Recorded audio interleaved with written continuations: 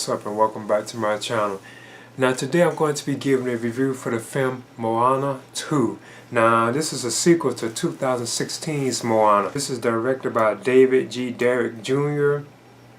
and it does features like the voices of I forget how you pronounce her name, I'm sorry, Alula Quavajo in the role of Moana. Then you also have Dwayne Johnson, who again provides the voice of Maui.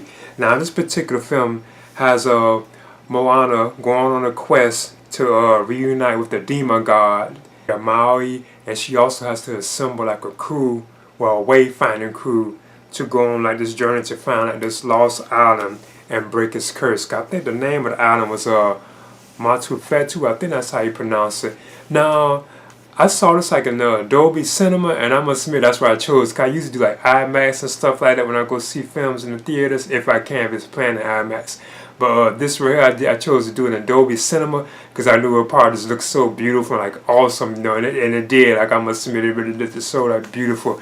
Cause I could say that's definitely one of the reasons why I would definitely recommend watching the film like this, like in Dolby Cinema, because like the actual like animation, especially like the water effect, like when they're in the ocean and stuff, like the way the characters are looking and like animated, it just is so like beautiful to look at. So that's why I would definitely recommend the film for watching it on that. But as far as like the overall film itself, I thought the first film was much better than this.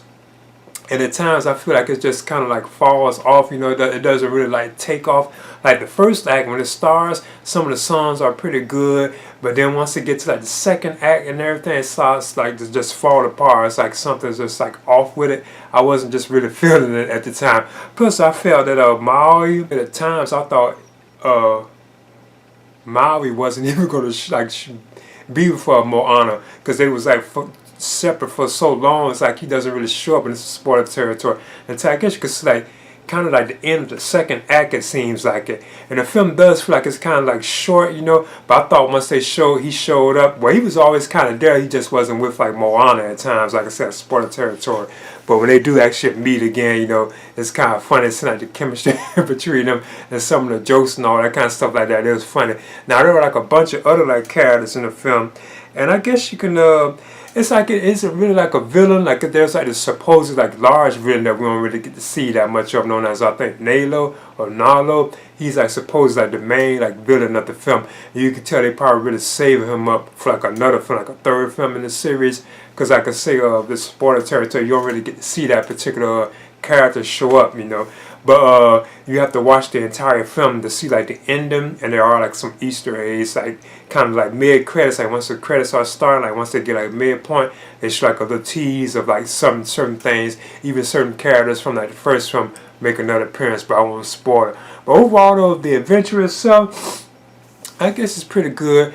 And I do think that like Moana herself, she still seems to be like a pretty fun like character, because she has like her little sister and her little father and stuff like that. Her sister doesn't want her to go on this journey, and I thought all that was pretty cool. She also gets revisited by her mother. Well, I mean not her mother, but I think it's grandmother. Her grandmother that had passed like in the first film. You could see her spirit talk to Moana sometimes. I thought that was kind of interesting. You know, I liked that she could actually talk to her grandmother, if I'm not mistaken. I thought moments like that were pretty cool when they did have them.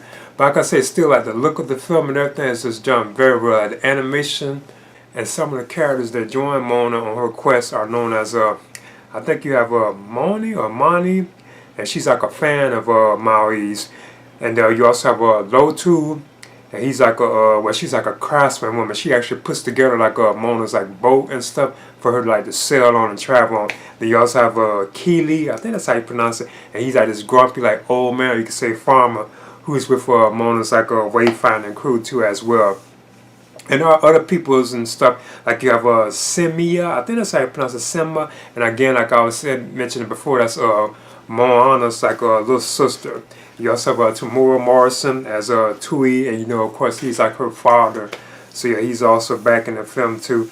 Like I said, it's not really like I guess you could say like a villain in the film. It's like certain stuff that they have to face and fight, but some of the stuff, you know, it wasn't really like a true antagonist. And like I say, it was just something kind of off, but I just wasn't really, just didn't really take off for me. And I'm even seeing like the Rotten Tomatoes score for this particular film, which is I think at 62% now. But I know like a lot of the audience they are enjoying the film, but the actual like film critics are kind of saying that it's okay, and some of them like it, but it does have this 62%. So I guess I'm kind of more in that crowd of who liked it and who didn't, you know.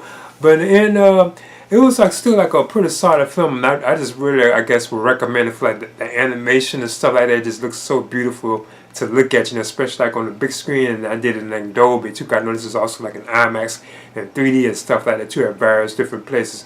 But yeah, I would still, I guess, recommend it for like fans of these kind of like type of animated like Disney films.